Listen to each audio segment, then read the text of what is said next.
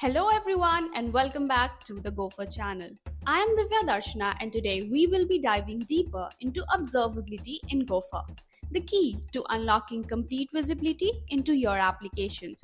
Observability is built on three pillars: logs that capture detailed events happening in your application, traces that follow requests as they move across services and are very important in distributed systems, and metrics that measure performance, latency, and resource utilization in your application. These pillars collectively ensure reliability, high performance, and quick debugging. GoFr offers built-in observability with standardized support for every pillar seamlessly integrated into the framework. Today, we'll explore how GoFr helps your application meet production-grade monitoring and observability standards without any hassle. So let's not waste any more time and let's get coding with GoFr.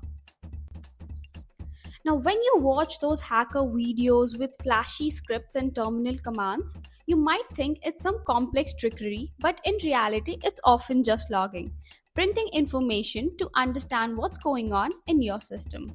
GoFr steps up the game by offering standardized conventions for structuring and printing logs, streamlining the entire process.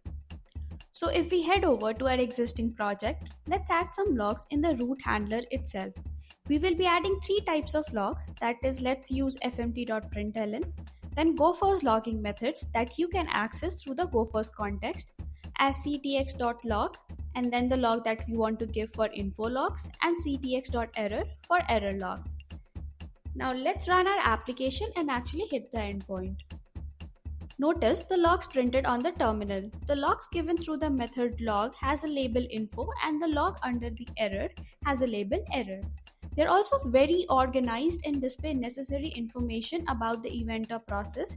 Now these are not just labels for terminal printing but actually log levels.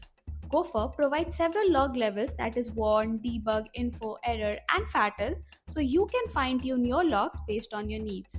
For example, during development, you may want to capture detailed logs, so you can put your log level at debug level. So all the logs above in the hierarchy up to debug will be displayed. However, in a production environment, limiting logs to error level helps prevent unnecessary storage usage, capturing only critical events.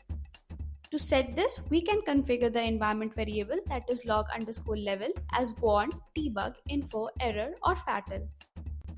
We talked about how we can add custom logs in GoFr whenever needed. However, when using GoFr, the need for this seldom arises, as GoFr automatically provides detailed logs for HTTP requests, gRPC calls, inter-service communications, cron jobs, database interactions, and many more. These logs cover everything, that is debug logs for in-depth developer context, error logs for troubleshooting issues, and info logs for general system insights. We can see this in action by hitting the SQL endpoint that we had set up in one of our previous videos. Don't forget to add the configuration to connect to SQL in a .env file and then run the application. Now, if we check the logs, we observe that GoFr automatically logs the SQL connection status, the SQL handler execution, the entire SQL operation, that is the evocation details, and the executed query without requiring any manual setup. This means that we can focus on development while GoFr takes care of routine logging, making debugging and monitoring effortless. One standout feature of GoFr's logging is the ability to configure log levels remotely.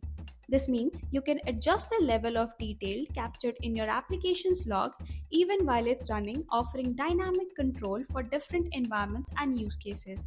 We'll explore how this works in a more detailed way in the upcoming videos. GoFr doesn't stop at just log levels. It also takes care of log structure. Logs are exported as well-structured JSON objects containing all the necessary information about the event or process, even those details that might have been skipped while being printed to the terminal. The structured format simplifies log analytics, allowing you to integrate seamlessly with powerful log analytics systems like Loki, Elasticsearch, and others.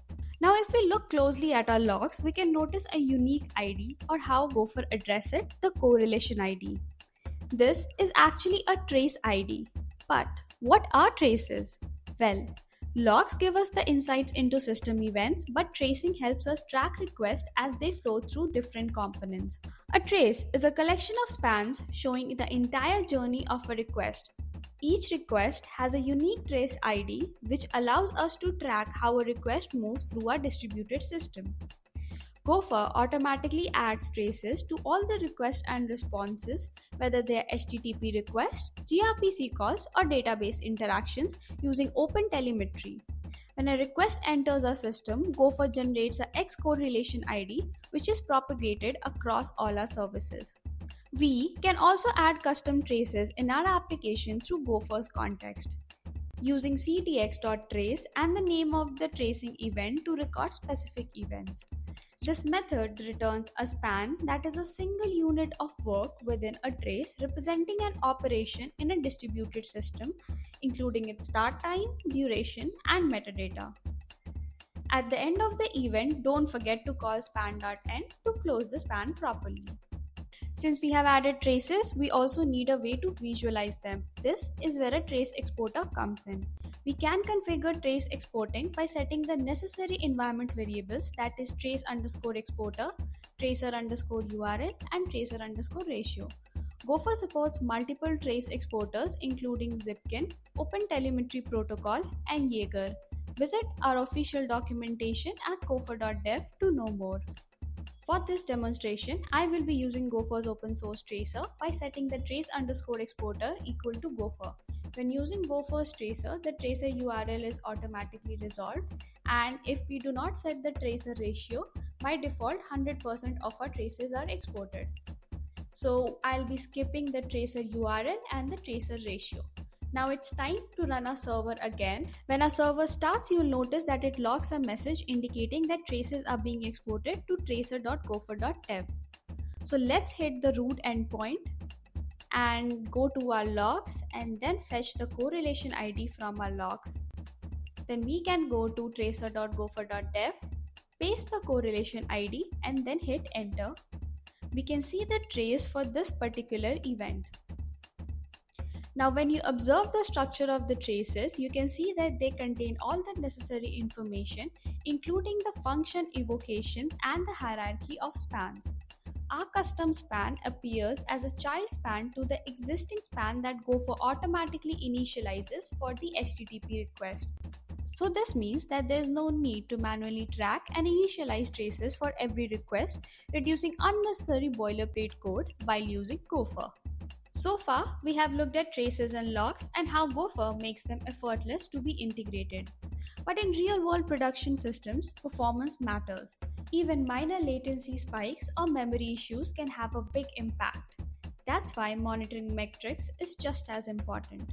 Metrics help us track response times, resource usage, and system health. They enable fault detection, troubleshooting, and help us meet the SLAs. By default, GoFr export metrics for HTTP requests, gRPC calls, database interactions, and the other app level events, all available at /metrics in Prometheus format. The default port is 2121, but we can change it using the environment variable metrics_port. These metrics exported to the internal port can be then scraped into Prometheus, which can then be used to build Grafana dashboards for visualizing them effectively. Here is an example of a Grafana dashboard that I had set up using all the metrics exported on the internal port. You can try this out yourself by heading over to GitHub, cloning our repo, and then running one of our example projects, that is HTTP server, locally. The setup instructions are available in the README of the project. After that, we need to head over to localhost 3000 and enter the credentials, that is the username and password, which will be admin and password respectively, and navigate to the already set up dashboard, GoFr Application Service Monitoring. Here, I can see various panels displaying real-time insights into applications performance, including the number of Go routines, memory utilization, inbound request latency distribution, and more. Additionally, I can monitor different registered handlers, track request counts over time, and analyze other key performance indicators, all powered by GoFr's default exported metrics. GoFr supports 4 types of metrics: counter, up-down counter, histogram, and gauge. So for demonstration, we'll be adding a counter to track successful transactions in a route handler. Before that, we need to register a metrics. So we write app.metrics.new counter. We give the name as transaction success and we give the description as count of successful transactions. Now in a route handler, I can access the metrics again through the GoFr's context. So we write ctx.metrics.increment counter. We pass the context and then the name, that is transaction success. So now every time a transaction is processed, a counter increments. And with that, we wrap up this video. We explored observability, but where it truly shines is in distributed systems. Yes, microservices. That's where things get real. In our next video, we'll prove why GoFr is the ultimate choice for microservices, because no one makes it easier to manage, scale, and maintain microservices while meeting production standards like GoFr does. If GoFr has piqued your interest, don't forget to like, subscribe, and share this video with your peers. Explore our open source code at github.com gopher-dev/gopher and check out our official documentation at gopher.dev. Thanks for watching and I'll see you in the next one. Until then, happy coding with GoFr.